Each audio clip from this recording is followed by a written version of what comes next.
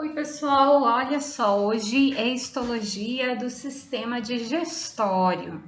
Esse termo que sofreu uma mudança na sua nómina anatômica, antigamente era denominado sistema digestivo e de uns anos para cá passou a ser chamado como digestório. Essa é uma das aulas mais extensas que nós teremos na disciplina de histologia animal. Então, não se assustem pela quantidade de informação, mas é um dos conteúdos mais extensos e mais importantes em termos de histofisiologia. Os componentes do sistema digestório, nós temos o trato digestório propriamente dito e as suas glândulas anexas. Quanto ao trato digestório, nós temos como partes que compõem esse sistema a cavidade oral, o esôfago, o estômago e os intestinos, delgado e grosso. Quanto às glândulas anexas, nós vamos observar a existência de glândulas salivares, do fígado e do pâncreas. Anexo ao fígado existe a vesícula biliar, que é um órgão que armazena a bile. Não é uma glândula propriamente dita, mas que é um órgão muito importante que compõe o sistema digestório.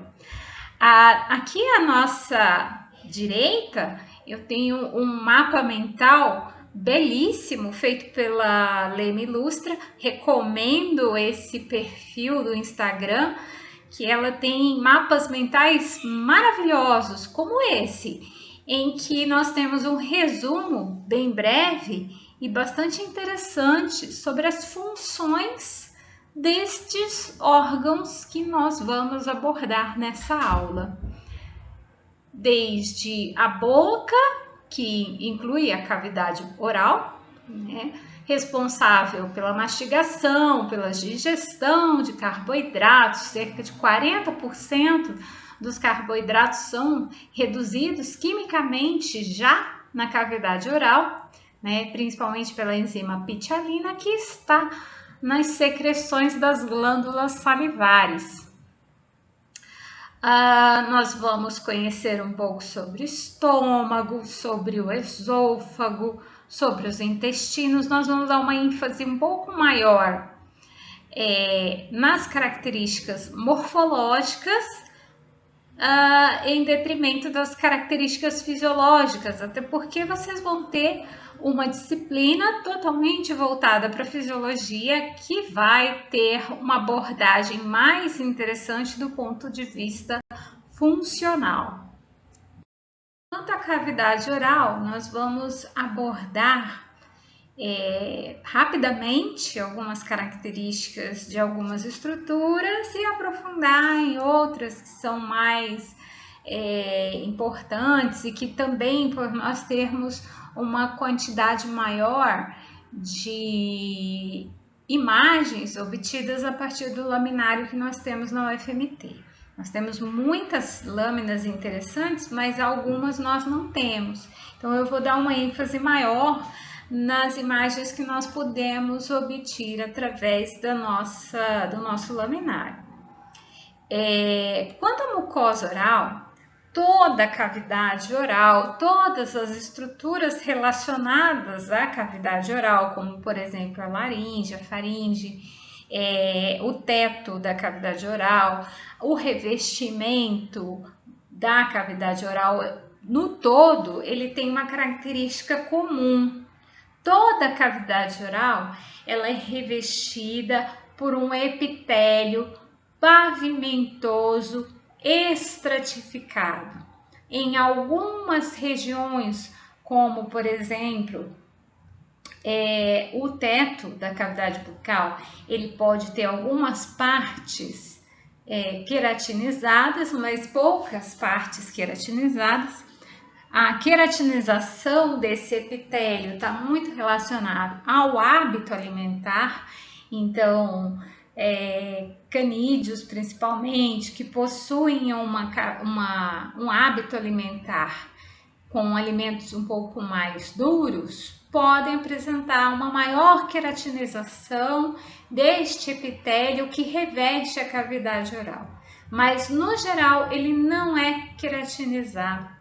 É um epitélio que tem uma substituição muito rápida, né? Como todo epitélio estratificado, ele tem uma proliferação na parte basal muito rápida e é suportado, apoiado por um tecido conjuntivo, que é um tecido conjuntivo do tipo frouxo, muito vascularizado, muito inervado e que possui em alguns pontos, em alguns locais, várias células de defesa que podem inclusive se reunir como nódulos linfáticos de defesa. A outra estrutura importante da cavidade oral são os dentes.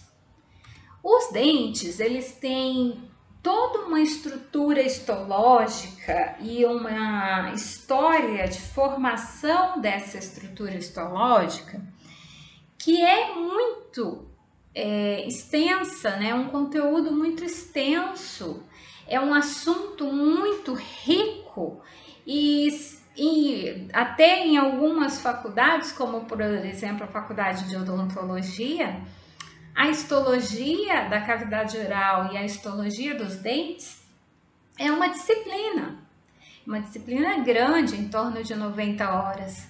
Então, se a gente fosse falar com propriedade, com profundidade, sobre todas as características da cavidade oral e dos dentes, a gente teria uma disciplina só para isso, porque é muito assunto, é muita coisa para explicar. Então, isso a gente vai pular, a gente não vai aprofundar, porque não temos tempo para fazer esse aprofundamento. Mas saibam que existe uma disciplina de histologia da cavidade oral e dos dentes em faculdades como, por exemplo, a faculdade de odontologia.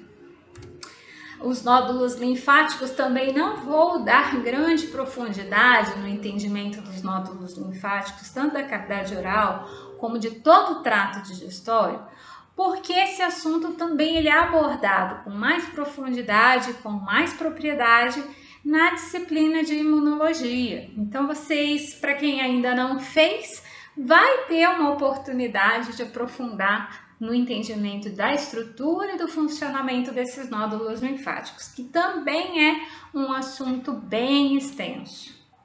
Nós vamos dar realmente maior atenção à língua e às glândulas salivares, que nós vamos conhecer agora.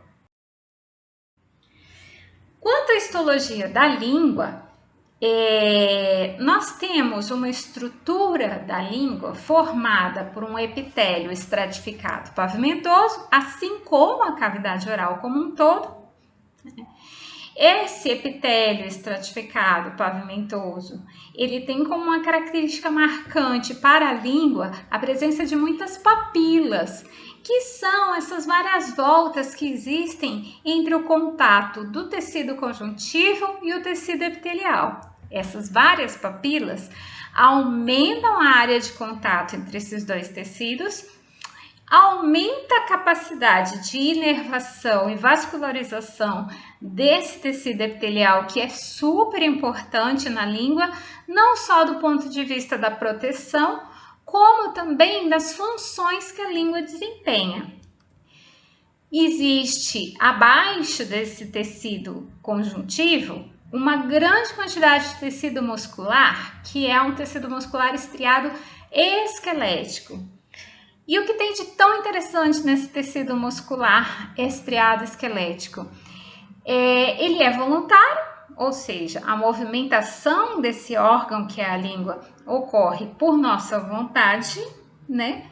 E ele é um tecido que existem fibras em mais diferentes direções, fibras em todas as posições dentro da língua, o que possibilita o movimento também nas mais diferentes direções.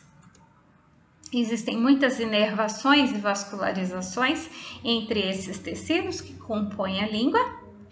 E nós vemos aqui nessa outra imagem os tecidos musculares em várias posições. Nós temos tecidos musculares em cortes longitudinais, cortes transversais, muito vascularizados e bastante inervados. É na língua que nós encontramos a presença de várias papilas. Essas papilas estão na superfície dorsal da língua. O que isso quer dizer? A parte de cima da nossa língua é a superfície dorsal e a parte de baixo da língua é a parte ventral. Você já deve ter observado que a parte de cima da língua, que é a superfície dorsal, ela é mais áspera do que a superfície de baixo, que é a superfície ventral. Por que é que a nossa língua é mais áspera na parte de cima do que na parte de baixo? Por causa dessas papilas, a presença dessas papilas. E elas não estão ali só para dar essa rugosidade, essa aspereza. Elas têm funções relacionadas à aquisição do alimento e a incorporação do alimento para dentro da cavidade oral. Aqui nessa imagem a gente tem as papilas filiformes, que, como diz o nome, fili, elas são finas, em forma afilada, chega a ser pontiaguda, né? São projeções do epitélio em direção à luz do órgão, ou seja, para a superfície.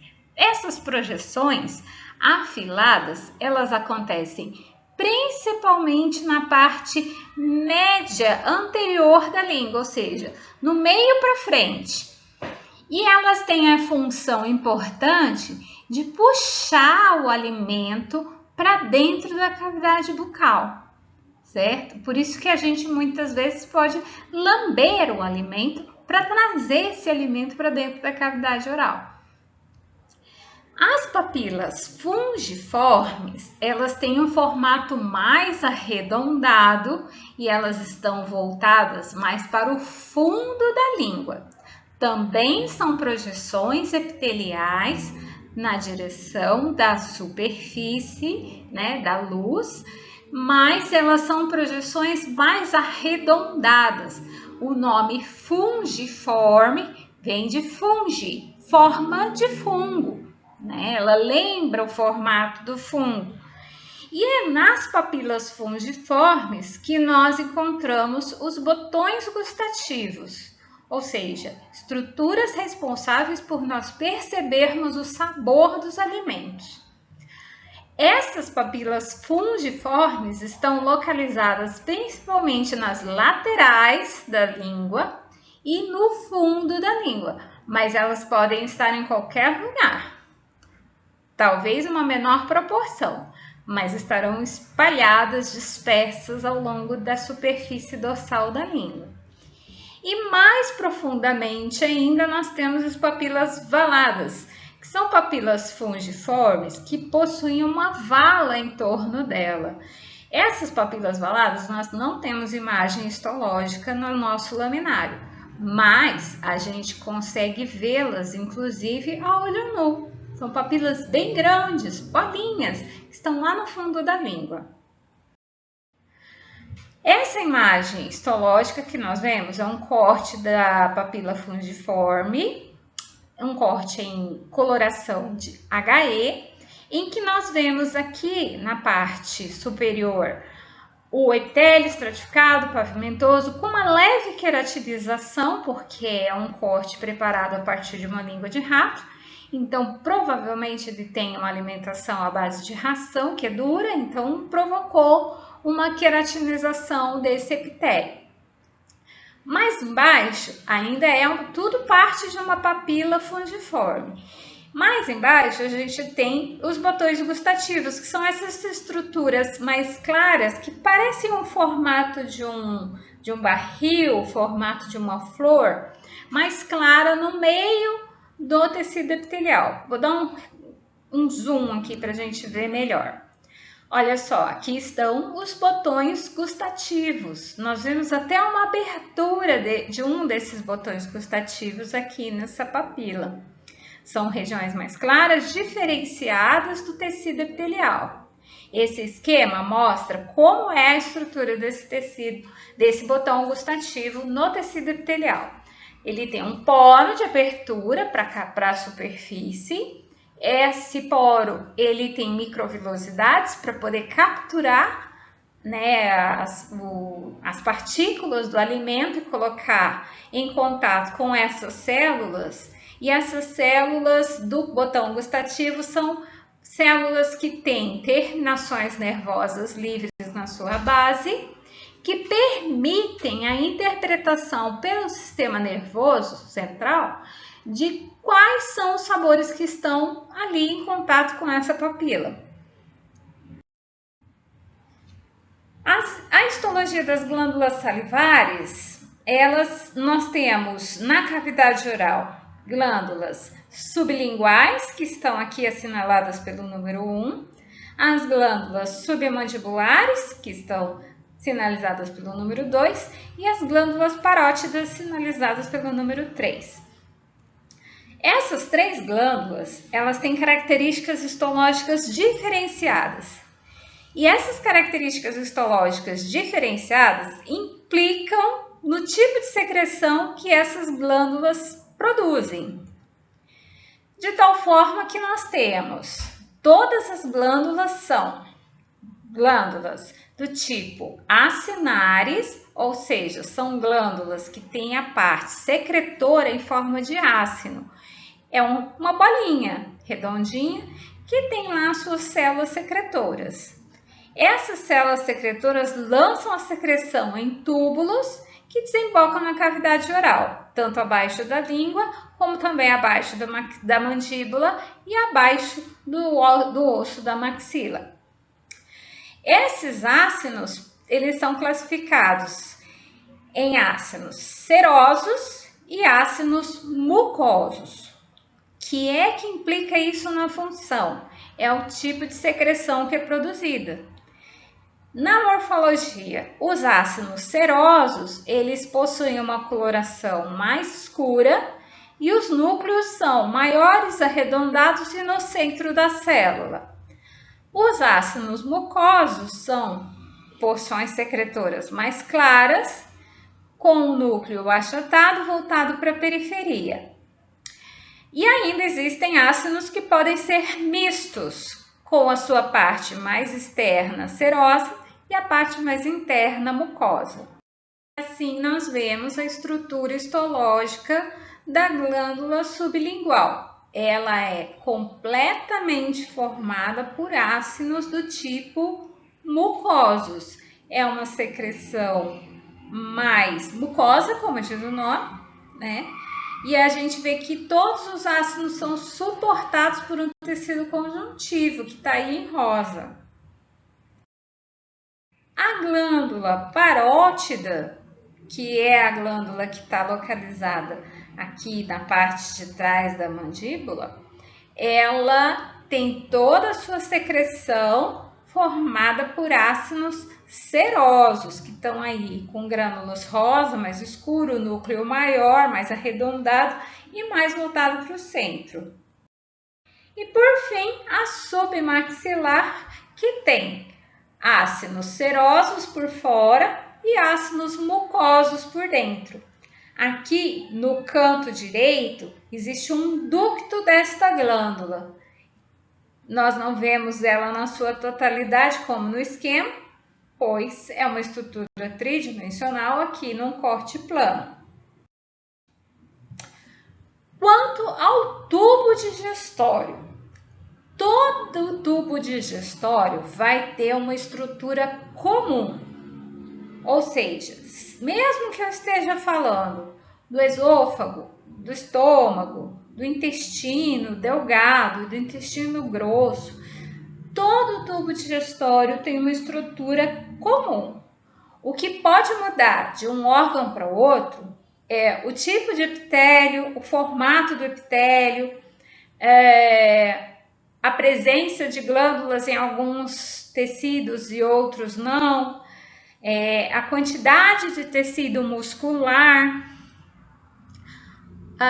e a espessura dessas camadas pode mudar de um órgão para outro, mas basicamente as camadas serão sempre as mesmas em todo o tubo digestório, de tal forma que a gente observa assim, na parte interna da luz para fora, a gente tem primeiro, em contato com a luz, a camada mucosa. Nessa camada mucosa, a gente tem um epitélio de revestimento, uma lâmina própria que apoia esse epitélio de revestimento e uma camada muscular da mucosa, que é uma fina camadinha de tecido de músculo liso.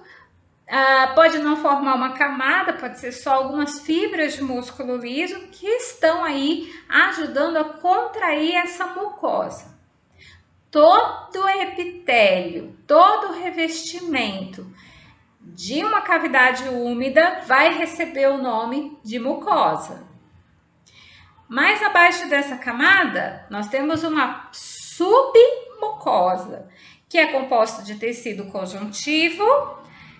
Esse tecido conjuntivo possui um plexo mucoso, que é um conjunto de glândulas que pode variar em tipo de glândula que a gente vê, em composição da secreção produzida por essa glândula, por isso a gente chama de plexo submucoso. E vários vasos sanguíneos que caracterizam a submucosa por ser uma região muito vascularizada.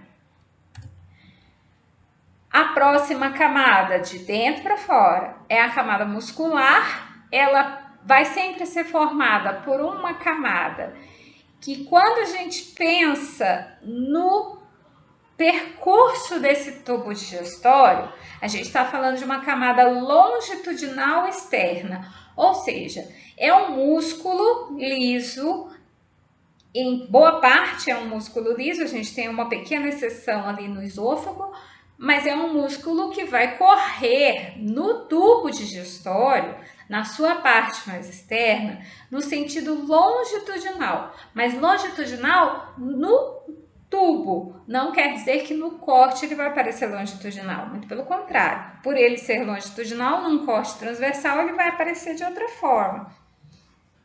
Ele vai aparecer transversal, mas ele corre longitudinalmente ao longo do tubo. Existe uma camada muscular que é circular interna, ou seja, ela forma uma cinta de músculo internamente, e entre essas duas camadas existe o plexo mioentérico. E o que é o plexo mioentérico? É um conjunto de gânglios localizados entre essas duas paredes musculares. Gânglios, para recordar lá de tecido nervoso, são corpos celulares de neurônio que estão localizados fora do sistema nervoso central. Então, eles têm uma função autônoma de coordenar a movimentação desses músculos. E quando você pensa que uma camada muscular pode ser internamente na forma de uma cinta e externamente correr como longitudinal ao longo do tubo, você tem o movimento peristáltico, que por dentro fecha e por fora empurra. Fecha e empurra, um movimento peristáltico em todo o tubo digestório. E por fim, a última camada, que recebe o nome de serosa ou adventícia. Por que essa variação de serosa ou de adventícia? Se for uma camada serosa, é um tecido conjuntivo que só reveste e sustenta o tubo digestório. Quando que recebe o nome de camada adventícia? Quando esse tecido conjuntivo, além de fazer a sustentação desse tubo, também conecta o tubo digestório à cavidade abdominal, fazendo com que esse tubo não fique saindo do lugar. que ele fique preso dentro da cavidade abdominal, assim como de outros órgãos que estão ali relacionados ao tubo digestório. Então, recordando, por fora, essa linha pontilhada mostra a camada serosa ou adventícia, por dentro, a camada muscular, mais internamente, a submucosa e em contato com a luz, que reveste a luz, a camada mucosa. O esôfago. Vamos falar do primeiro órgão do tubo digestório. Ele é formado por uma mucosa, que é um epitélio estratificado pavimentoso. Ah, professora, ele é igual ao da língua. Exatamente, igual ao da língua da cavidade oral. Só que ele é mais baixo do que na língua e na cavidade oral. Mais abaixo, a gente vai ter uma submucosa, que a gente vê aí nessa imagem. Tecido conjuntivo frouxo. A muscular da submucosa, ela é formada por fibras musculares lisas, bem dispersas, que a gente vê nessa imagem aí como aqueles fragmentos mais roxinhos no meio do tecido conjuntivo.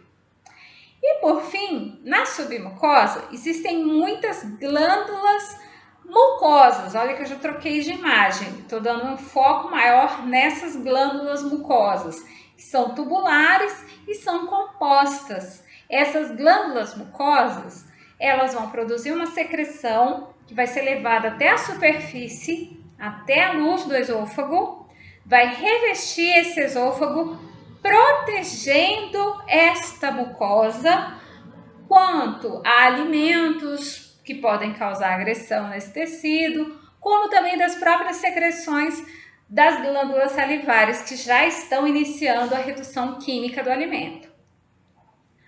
Abaixo da submucosa, a gente tem uma camada muscular bem espessa, duas camadas musculares.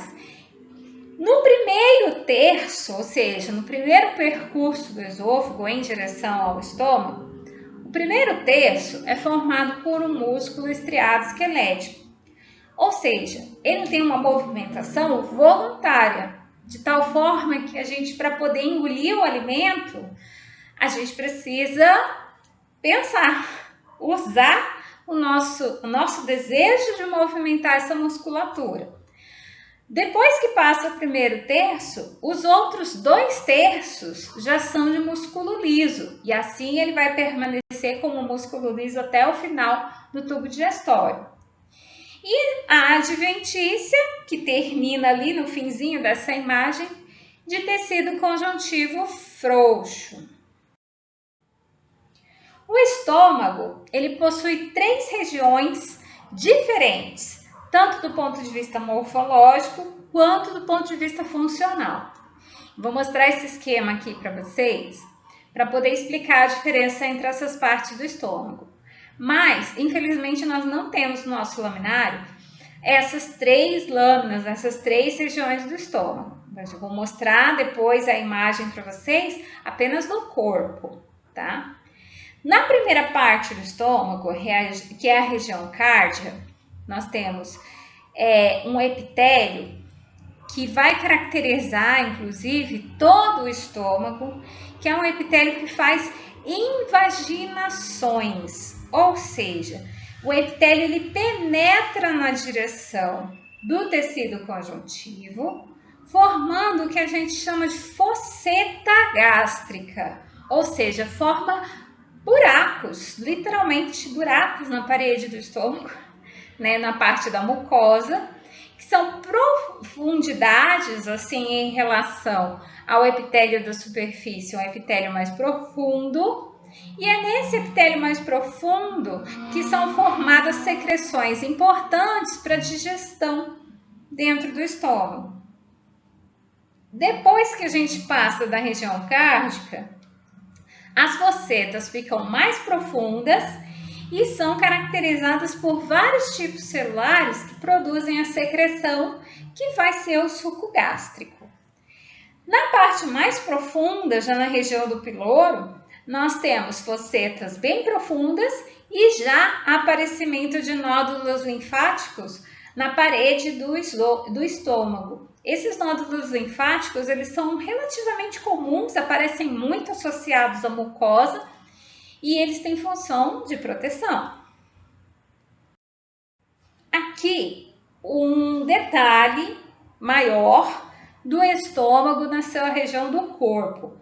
Nós temos uma primeira parte que é o epitélio, parece um epitélio estratificado, mas lembrem-se que esse epitélio é um epitélio simples, cilíndrico, que faz várias invaginações na direção do tecido conjuntivo.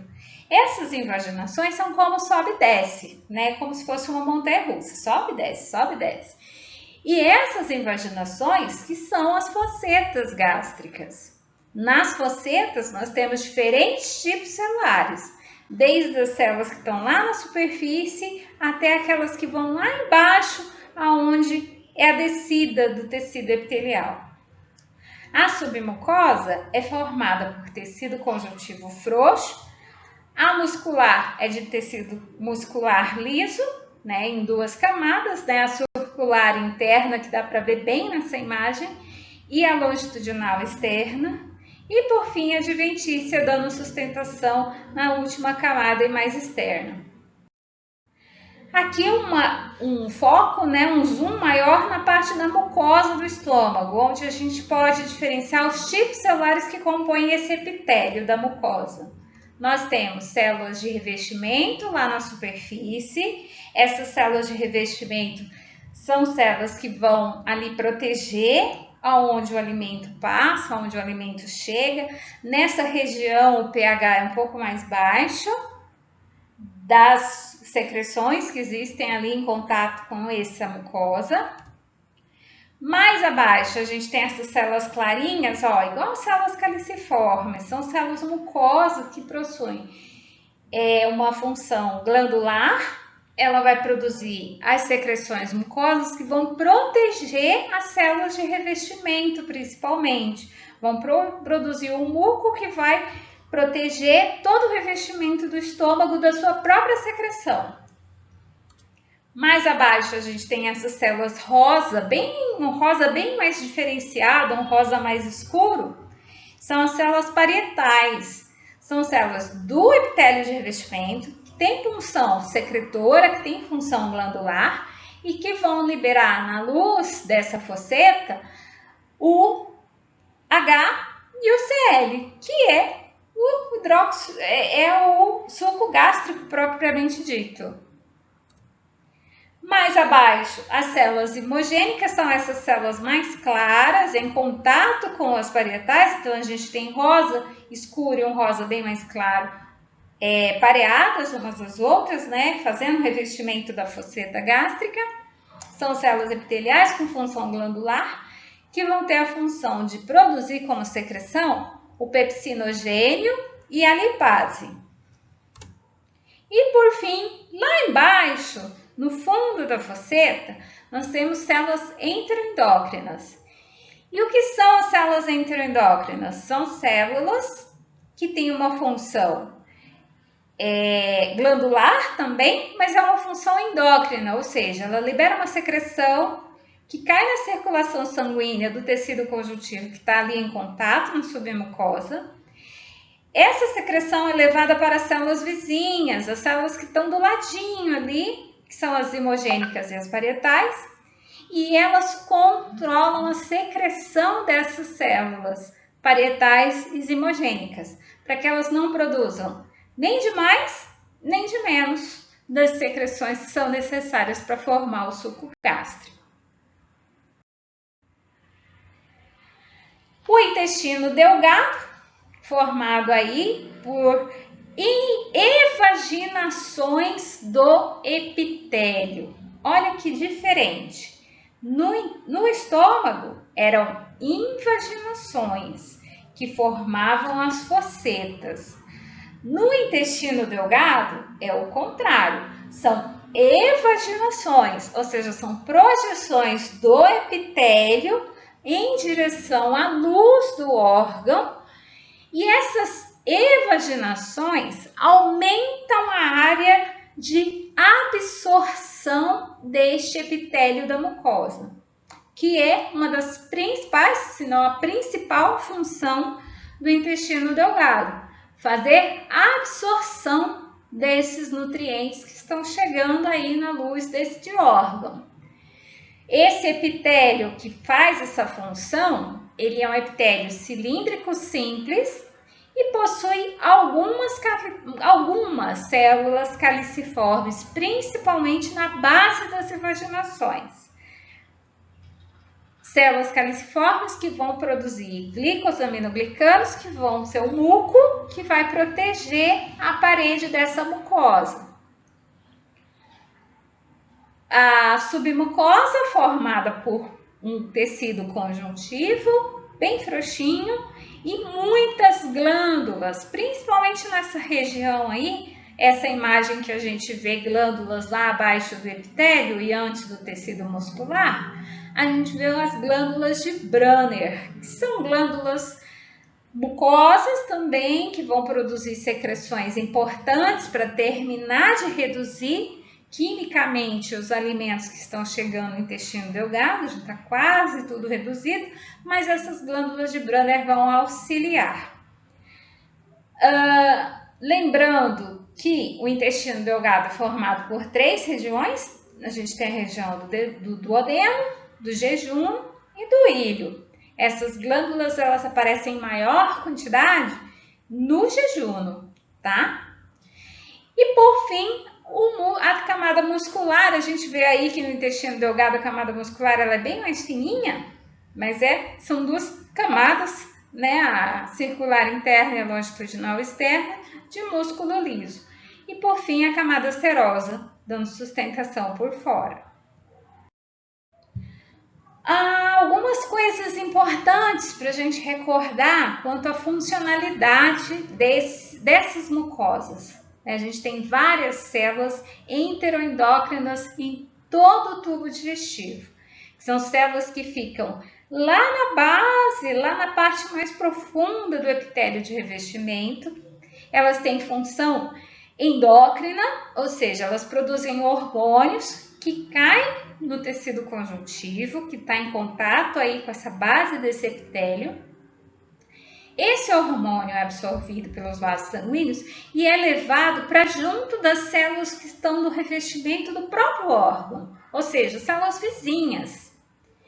E esses hormônios são diferentes de acordo com o órgão em que a célula enteroendócrina está. De tal forma que eu tenho no estômago, principalmente na região do piloro, células enteroendócrinas que vão produzir um hormônio chamado gastrina. No estômago, isso vai estimular a secreção gástrica de uma forma mais ácida.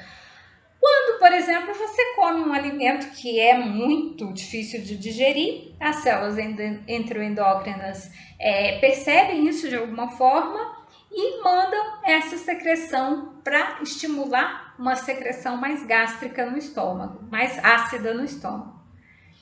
O intestino delgado produz, através de células enteroendócrinas, uma secreção do tipo secretina. Vai estimular a secreção de uma glândula anexa do intestino, que é a secreção pancreática. Vai ser rica em bicarbonato e em água. E isso vai baixar um pouco o pH da secreção do suco gástrico que está chegando ali naquela região. Ainda no intestino delgado, a gente tem células enteroendócrinas que produzem um polipeptídeo inibidor gástrico. Isso inibe a secreção do HCl, que é lá na célula do estômago, né? Que vai estimular também uma secreção de insulina por parte do pâncreas, que é uma glândula anexa que a gente vai falar daqui a pouco. Ainda no intestino delgado, existe uma célula enteroendócrina chamada glicentina, que vai estimular, que vai simular a secreção do glucagon, que é produzido no pâncreas. Ela inibe a secreção de HCl pelo estômago e estimula a secreção de insulina lá no pâncreas. Ainda no intestino delgado existe mais uma célula interendócrina que vai produzir colecistoquinina, que é uma secreção que vai estimular a secreção de enzimas pancreáticas e, por fim, a contração da vesícula biliar. Vesícula biliar que é só um reservatório e que precisa contrair para poder jogar essa secreção que está sendo reservada ali, que é a bile, para o canal do intestino.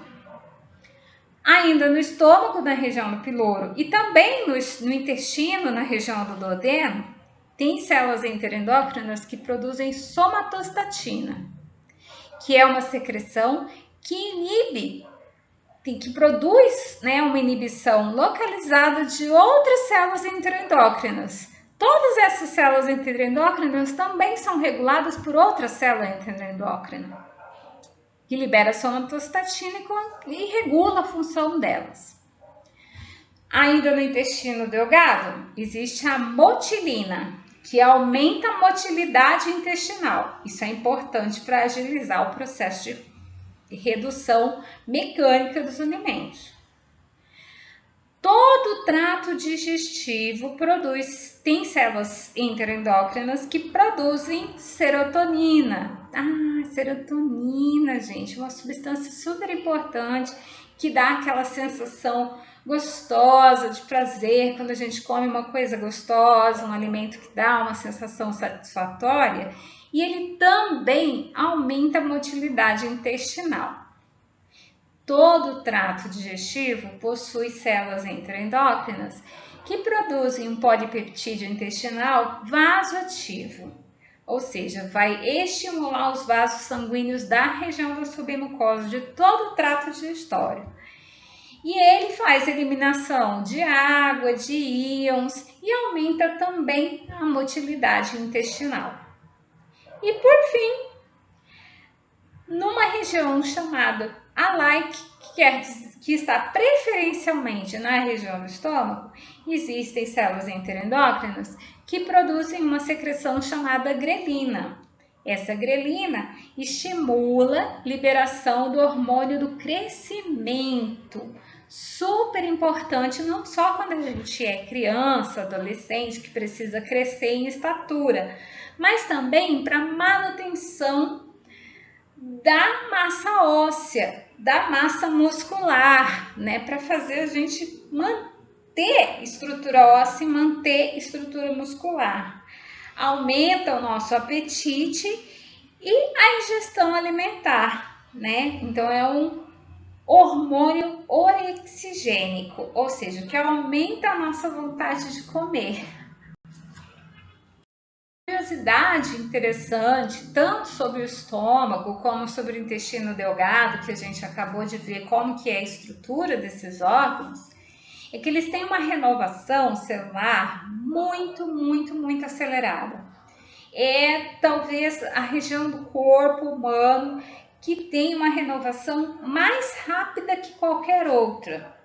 No estômago, a região mais apical ali das fossetas gástricas, né, das invaginações do epitélio, elas têm uma renovação de 4 a 7 dias. A cada 4 a 7 dias você tem uma mucosa gástrica nova, renovada, né?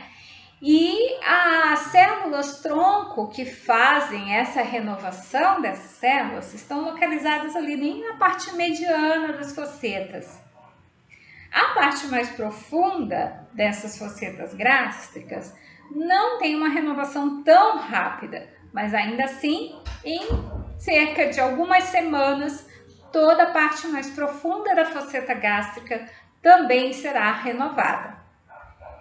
Quanto ao intestino delgado, as células sofrem um processo de descamação, ou seja, as células mais velhas, que já passaram do seu tempo de vida, que precisam ser eliminadas, elas são eliminadas junto com o bolo fecal, por um processo de descamação. E a renovação celular ocorre de 3 a 6 dias, é a renovação celular mais rápida do corpo humano.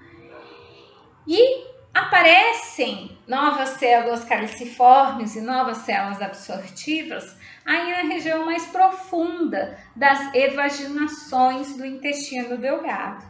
Nós temos muitas células tronco, principalmente na região mais profunda, e nós temos uma renovação celular mais lenta na região bem profunda, onde a gente tem as células de Panet. Células de Panet são células responsáveis por identificação de antígenos e de sinalização para o sistema imunológico. O intestino grosso é formado por uma mucosa que também evagina para a superfície. Esse intestino grosso é formado por um epitélio cilíndrico simples com células caliciformes, uma submucosa formada por tecido conjuntivo frouxo e uma muscular que é formada por músculo liso e uma serosa que dá sustentação. As glândulas anexas do tubo digestório. Olha, eu coloquei de novo uma imagem linda da Leme Ilustra. Recomendo para vocês seguirem lá no Instagram, tem vários mapas mentais muito bonitos. As glândulas do tubo digestório são o fígado, que é a maior glândula de todas, talvez o maior órgão de todos do tubo digestório. O pâncreas, que está mais abaixo, na primeira alça do intestino delgado.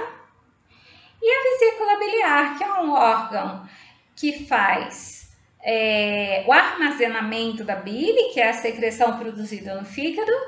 E essa vesícula biliar, ela emite canais que também desembocam junto com o canal do pâncreas na região do duodeno, que é a primeira volta do intestino delgado. O pâncreas é uma glândula muito parecida com aquela glândula que a gente viu lá no início da aula, glândula salivar, que é formada por ácidos serosos. Vejam que extrema semelhança. Só que tem algumas diferenças que são bem marcantes para o pâncreas. Olha só, ele tem ácidos serosos que possuem uma secreção do tipo exócrina. Ele possui as ilhotas de Langerhans, que possuem uma secreção do tipo endócrina. É nas ilhotas de Langerhans que existem aquelas secreções do glucagon e da insulina, que a gente vai conhecer melhor lá na aula de endócrino. Olha como a gente delimita bem a diferença entre a parte endócrina e a parte exócrina do pâncreas. As secreções exócrinas do pâncreas serão importantes para quê? Serão importantes para que a gente possa entender o processo de redução química do alimento no intestino delgado. Só depois que ele tem contato com essa secreção é que o alimento é reduzido quimicamente. Tem uma função importante de formar o suco pancreático. O fígado é formado por estruturas lobulares. São vários lóbulos que se conectam uns aos outros. Olha aqui, vou delimitar para vocês um lóbulo do fígado. Nesse lóbulo do fígado, vou pegar aqui uma imagem da Leme Ilustra de novo para mostrar para vocês. Eu tenho várias células que compõem os lóbulos hepáticos. Essas células são conhecidas como hepatócitos. Esses hepatócitos, eles vão produzir as secreções e também vão guardar uma grande quantidade de glicogênio no seu interior, que são reservas energéticas importantes.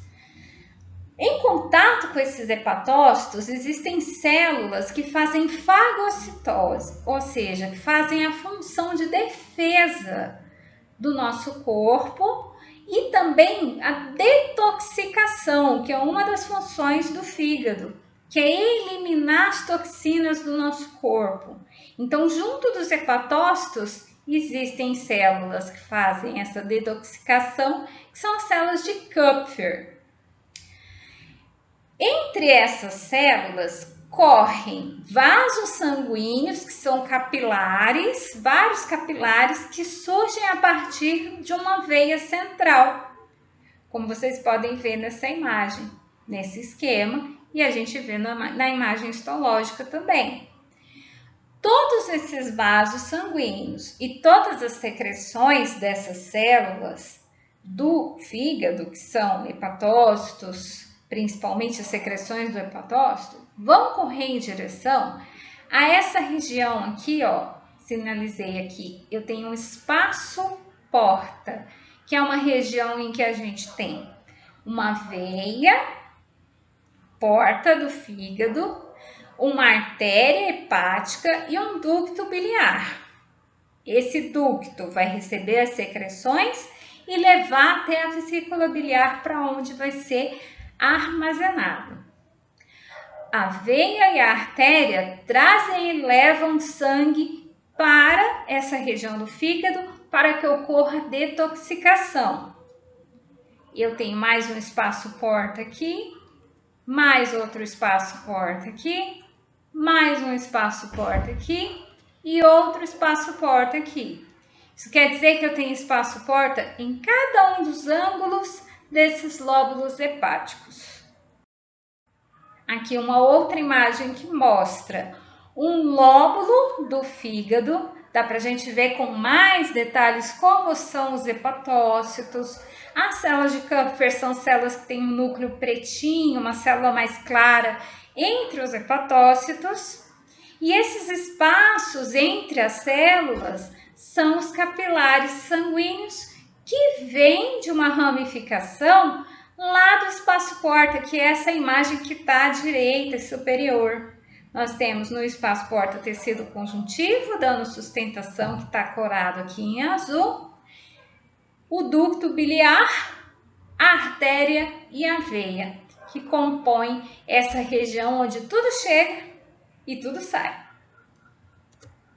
Um sistema porta-hepático e aqui um lobo hepático, bem separadinho, bem diferenciado. Por fim, a vesícula biliar é um órgão que apenas armazena a secreção que foi produzida lá no fígado. No entanto, essa vesícula biliar, ela é toda circundada por uma musculatura lisa que é controlada por células enteroendócrinas que estão no interior da mucosa do intestino delgado. Então, quando o intestino delgado recebe o alimento que precisa ser reduzido quimicamente, sinais são enviados pelas células enteroendócrinas para estimular a musculatura lisa da parede da vesícula biliar, que contrai e elimina toda a secreção para ser levada até aonde os canais chegam até a parede do intestino delgado e aonde a secreção pancreática e a secreção biliar chegam, reduzindo quimicamente os alimentos.